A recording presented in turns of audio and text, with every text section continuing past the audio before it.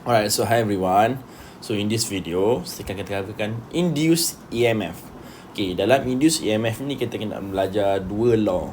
Untuk 5.4 ni saya akan bagi kepada dua ataupun 3 video lah, depends. So untuk the first video, untuk 5.4 ni saya akan cover law sajalah. So kita cover untuk Faraday's law, Faraday's experiment atau Faraday's law, dan satu lagi untuk Lenz's law di bawah ni. Okay? Alright. So kita nak tengok actually induced EMF ni, kita nak terangkan macam mana terhasilnya induced EMF ni. Okay, mainly first kita kena ada induced current dahulu. Okay, nanti kita ceritakan, tapi saya akan cerita basic saja macam mana. Mana sebelum ni kita tahu current ataupun voltage terhasil daripada source of voltage kan, macam bateri ke, generator ke, apa semua macam tu lah kan. Tapi kali ni kita nak createkan current supaya tanpa menggunakan bateri. Jadi kita nak hasilkan current dan kita terhasilkan bateri. Itu dinamakan, bila cakap terhasil tu, kita akan namakan induced current ataupun induced EMF. Di mana sebab dia terhasil daripada benda lain ataupun daripada source of luar. Okey, sebab dia tanpa bersentuhan dia boleh menghasilkan current dan juga voltage. Okey. Alright, so let's have a look at Faraday's experiment. Okay, consider some experiment were conducted by Michael Faraday. Okay, Michael Faraday ni by siapa yang createkan this experiment lah. Okay, led to the discovery of Faraday's law induction as shown in figure below. So sekarang kita ada circuit, di mana circuit ni kita ni, yang meter ni adalah biru ni adalah meter galvanometer. Di mana galvanometer ni akan detect sama ada current ataupun tak ada current, tapi lebih kepada induced current. Ada induced current tak ataupun tidak. So deflection ni ke positif ataupun, so macam kalau meter dekat kosong ni, maksudnya masa sekarang meter kat tengah kan, so dekat kosong, dekat tengah ni kosong, jadi tiada induced current, so tak ada current apa-apa whatsoever lah. And then kalau dia pergi negatif atau positif, maksudnya ada value. Negatif positif tu depends adalah dia punya direction. Okay. So okay, when there is no relative motion, magnet and loop, galvanometer shows no deflection, so no induced current. Okay, first contoh di mana? Okay, sekarang kita ada magnet. Okay, so ni galvanometer ni attached dengan a circular ring. So ini adalah conductor lah. Okay, ini adalah view dari bahagian hadapan. Okay, di mana sekarang ni kita tak ada pergerakan tau. So maksudnya tak ada pergerakan pada magnet ni. Sebab tu kat sini V ni stand for velocity, not voltage sebab V kecil. Kalau V besar baru voltage. So V maksudnya velocity kosong, maksudnya tiada pergerakan. Maksudnya magnet ni jauh sikit daripada circular loop ni, dengan circular ring ni. Dia jauh, agak jauh, so tak ada pergerakan. Jadi tapi magnet ni, kita tahu magnet ni menghasilkan apa? Dia menghasilkan magnetic field. So yang biru ni adalah magnetic field strength. Okay, so kita label dulu. Ini adalah magnet, ini adalah magnetic field line.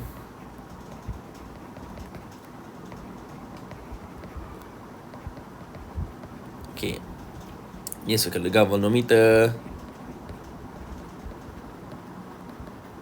Tebal pula. Apalah, nanti pandai awak. So ni adalah circular, teruk tulisan Allah.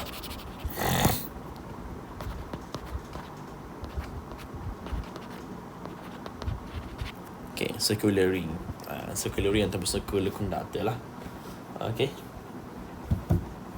Okay, lepas tu awak faham lah macam mana kan. Ini adalah view dah hadapan saja, dia tak ada kena-mena. So point yang first kat sini adalah dia nak cakap, bila tak ada pergerakan, there's no current induced in there.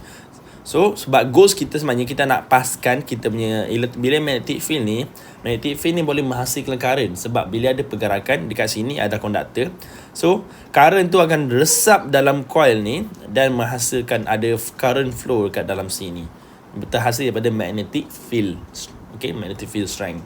Itu kita punya goals lah. Tapi sekarang ni pada first contoh tak ada, kita punya V velocity kita dah kosong. Okay, Sekarang ni, moving the magnet toward the loop increase the number of field lines passing the through loop. The galvanometer needle is deflected, indicating an induced current is produced. Okay, ni mana sekarang ni kita bagi pergerakan, di mana kita gerakkan kita punya magnet bar tadi dekat kepada kita punya circular loop ni. Jadi bila circular loop ni banyak, dekat ni, jadi magnetic field line dia makin banyak. Macam tadi awal originally ada sikit, tapi tak cukup untuk kita induce current. Sebab dia walaupun jauh tapi ada sikit sampai. Jadi mana yang kuat, line yang panjang tu akan sampai lah. Sebab nanti kita nampak, kita dapat 1, 2, 3, 4, 5, 6, 7. Ada 7 je. Tapi macam tak cukup lah 7 ni untuk kita inducekan current. Okay. And then kita masukkan untuk dekat sini, di mana senang cerita, dia akan ada induced current di mana kita ada bila ada velocity, bila ada pergerakan dekat situ. Maksud kita mengacau kita punya magnetic field line tu, punya bentuk semua kan. Okay, nampak ni, bila kita dah gerakkan dekat, banyak magnetic field lines yang kena kepada circular loop ni. Jadi kita tengok galvanometer ni, dia deflect. Ini deflect ni maksudnya dia masuk daripada kosong, dia turun ke negatif ke positif, tu maksud deflection. There's deflection in the galvanometer. Itu term dia, deflection. Maksudnya meter tu bergerak. Okay. So kalau kita tengok bagi view hadapan ni, kita nampak makin banyak magnetic field lines yang kita boleh seen through the circular loop. I mean, tak boleh nampak lah juga, tapi maksudnya sekadar macam mana kita nak terangkan lah. Memang benda ni magnetic field strength, kita tak atau magnetic field line tak boleh nampak. Okay. So there's deflection. So ini ingat, ini adalah north. Dia ada juga contoh untuk south, tapi mainly contoh kalau example memang kita akan guna north. Sebab north punya arrow kita tahu, north punya magnetic field line mesti keluar daripada body. Kalau south dia akan terima. Jadi bila terima tu nanti awak akan nampak dia jadi positif. Itu ada perbezaan dia, positif ataupun negatif. So ingat, kalau north ni dia pergi ke rapat pada sini, dia akan menghasilkan negatif. Sebab apa, nanti kita tengok Lenz's law nanti. Okay. So, moving the magnet away from the loop decrease the number of magnetic field lines passing through the loop. The induced current is now in the opposite direction. Jadi kita masih ada, sekarang ni kita bergerak, tapi sebab kita masih ada velocity, jadi itu tambahannya. Itu adalah mainly kita nak cover pada Faraday's law ni, when there is motion. When there is motion tu maksudnya pergerakan. Okay. Right. So bila kita nampak dekat circular ni, dia dah patah balik sekarang ni. So memang kita punya magnetic field line akan sikit. Jadi bila sikit, walaupun sikit, tapi sebab kita ada velocity, kita ada pergerakan, jadi kita ada deflection. Tapi deflection sekarang kita adalah positif. Ini sebab kita bergerak away from it. Ingat, awak notice tiga bentis ni. Kat sini adalah first adalah masa static. Static tak ada deflection. Masa dia pergerakan, dia ada deflection. Ini pergerakan dia ke rapat towards the circular loop, and this one away from the circular loop. Okay. So bila dia ada pergerakan, baru ada deflection pada galvanometer. Maksudnya kita ada induced current. Nilai dia itu depends lah pada macam mana kan. Okay.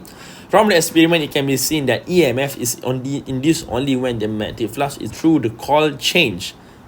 Maksudnya pergerakan masuk ada perubahan dekat situ. Macam kita statik tadi, kita tak ada perubahan, kita tak kacau apa-apa. Jadi bila kita bergerak, kita banyak kacau. Kita kacau dia punya nilai magnetic flux. So ingat, magnetic flux yang kita belajar 5.3, di mana kita berapa banyak magnetic field line yang terkena pada surface area. Ini applies lah. Ini dia akan cakap sekarang magnetic flux ataupun magnetic flux linkage lah. Sebab ini circular loop, kalau circular loop, one circular loop, kita panggil dia magnetic flux sahaja lah. Kalau dia banyak loop, kita panggil magnetic flux linkage. Okay. Right. So conclusion dekat sini, when the magnetic field lines through a coil change, thus the induced EMF will exist across the coil. Iman. Okay. Itu dia cakap tadi, point yang sama lah kat sini. So ini conclusion lah. Magnetic field through a coil change, the induced EMF will exist across the coil. Same point yang tadi. So ini awak perlu take note. So it was further shown that induced EMF increase when a stronger magnet is used. Maksudnya kita banyak lagi magnetic field lines kita lah. Lagi banyak, maksudnya lagi magnet kita tu lagi tinggi dia punya nilai Tesla dia. Nilai magnetic field dia. Tesla tu unit lah. Okay.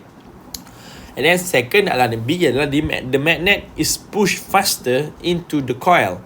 The speed of magnet is increased lah. Maksudnya kita lajukan lagi pergerakan dia. Bila lagi laju, velocity kita lagi tinggi, kita punya nilai induced current kita atau induced EMF. Tapi magnet kita kat sini kita nak tengok EMF lah. EMF ni adalah sama untuk voltage jugalah. Okay. And then the third one is the area of the coil is greater. Jadi bila lagi besar nilai coil tu, maksudnya surface area kita makin besar. Sebab kita magnetic flux kita akan makin besar. Sebab kita punya surface area makin kecil. Sebab sekarang ni maksudnya bukan loop tu makin besar. Maksudnya kita punya circular loop ni makin tebal.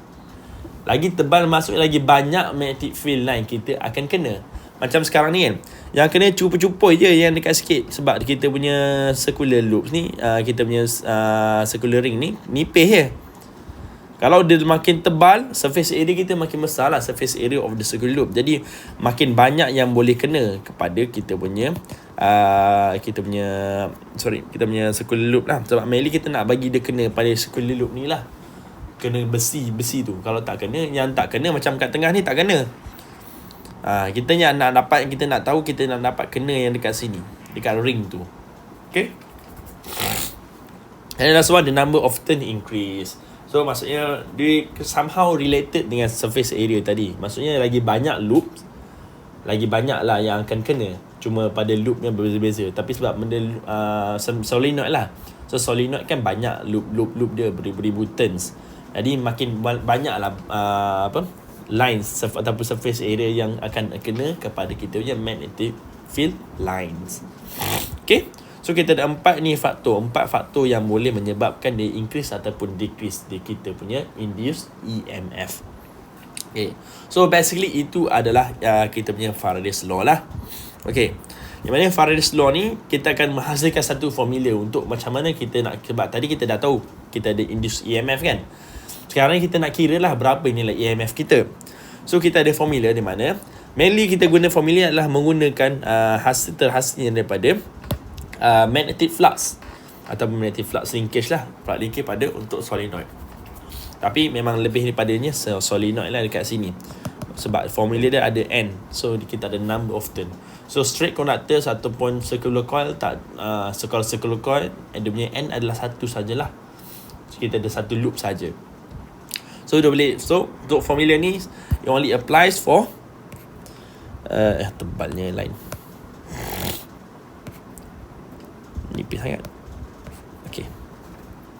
So kita boleh guna untuk circular loop ataupun solenoid. Di mana kita tahu kalau circular loop kita punya number of turn adalah satu saja. Okay. So ini adalah formula dia, di mana negative sign ni indicates that the direction of induced EMF always oppose the change of magnetic flux producing it. Okay, ini Lenz law. Nanti kita akan bincang lebih lah macam mana jadi negatif. Sebab dia Lenz law ni by basic adalah benda ni bila kita gerak ke hadapan, sepatutnya dia akan melawan sifat pergerakan tu. Maksudnya pergerakan tu nak ke depan, jadi benda yang tu dia akan oppose, jadi dia nak ke depan. Macam sepatutnya dia attract kan, dia akan cuba untuk repulsivekan benda tu. Tapi nanti kita bincang pada Lenz law lagi. So maksudnya kita akan separate lah Faraday's law punya video dengan Lenz law punya video. Okay. So ini adalah magnetic flux magnetic flux over time. Okay, ni awak kena take note juga di mana ini adalah kita punya magnetic flux linkage ataupun magnetic flux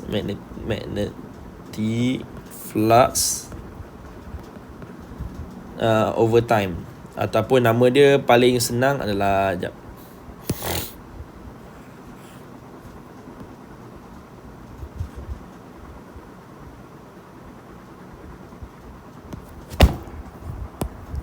rate.